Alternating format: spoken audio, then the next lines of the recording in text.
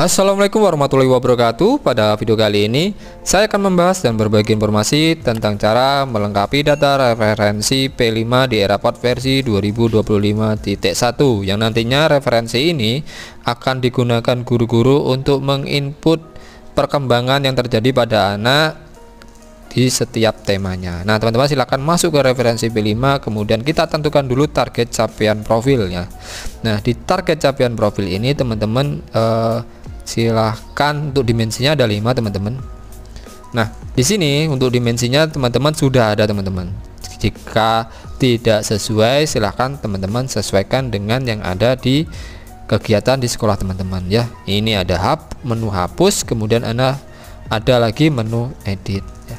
Nah di sini karena saya sudah sesuai dengan yang ada di Eraport, jadi tidak saya hapus dan tidak saya edit, jadi langsung saja ke data proyek.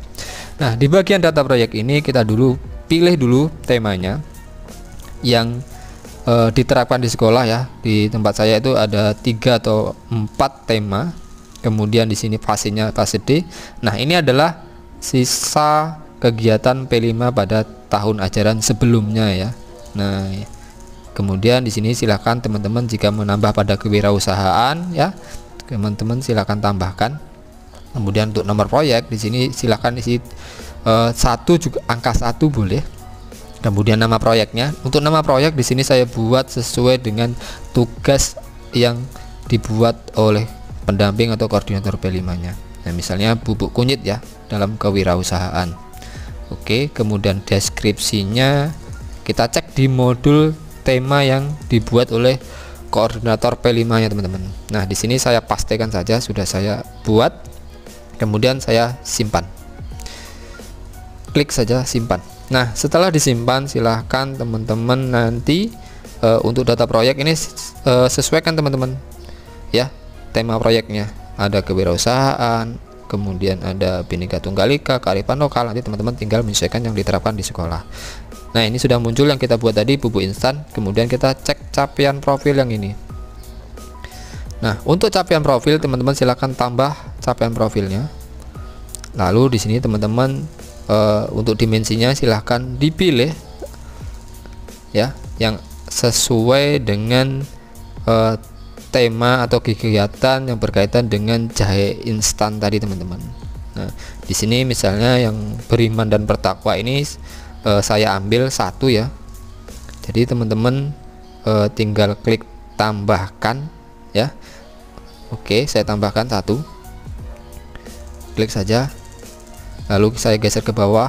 Untuk kebinekaan global juga saya tambahkan 1. Kita baca dulu ya yang sesuai dengan kegiatan tentang membuat kunyit.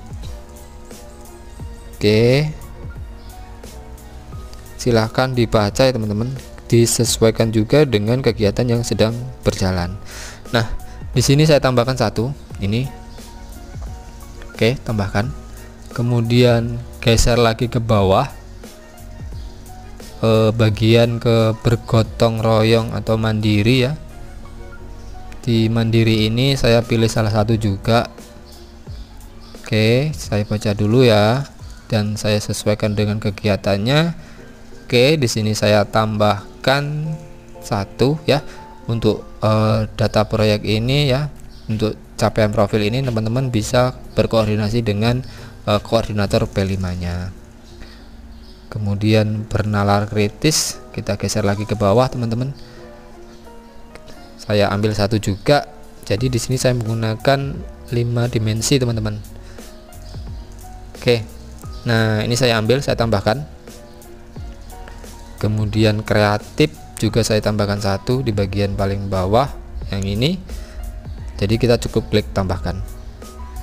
Oke, setelah dimensi setelah capaian sudah masuk kita close. Kemudian di sini teman-teman kita cek ya.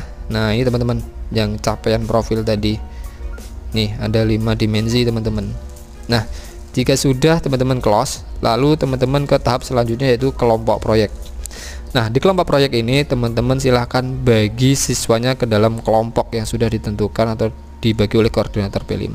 Nama kelompok di sini saya buat sesuai dengan kegiatannya ya. Misalnya saya buat bubuk kunyit instan seperti ini.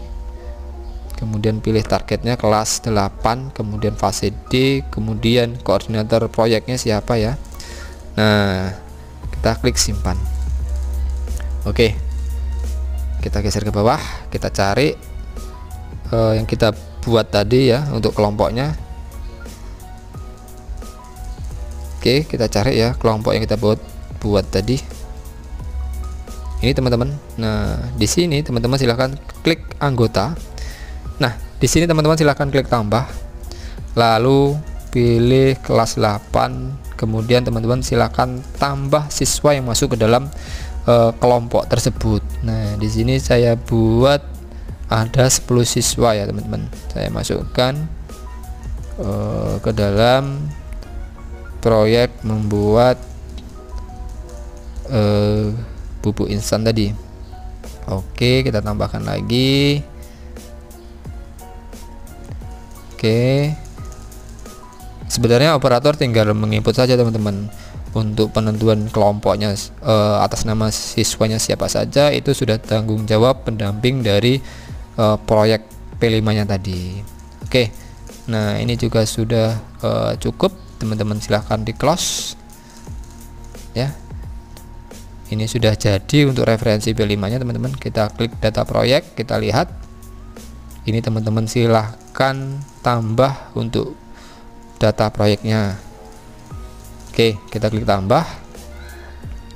Ini data proyek tadi sudah kita buat teman-teman ya, bubuk kunyit ya. Kita turunkan, kita pilih bubuk kunyit.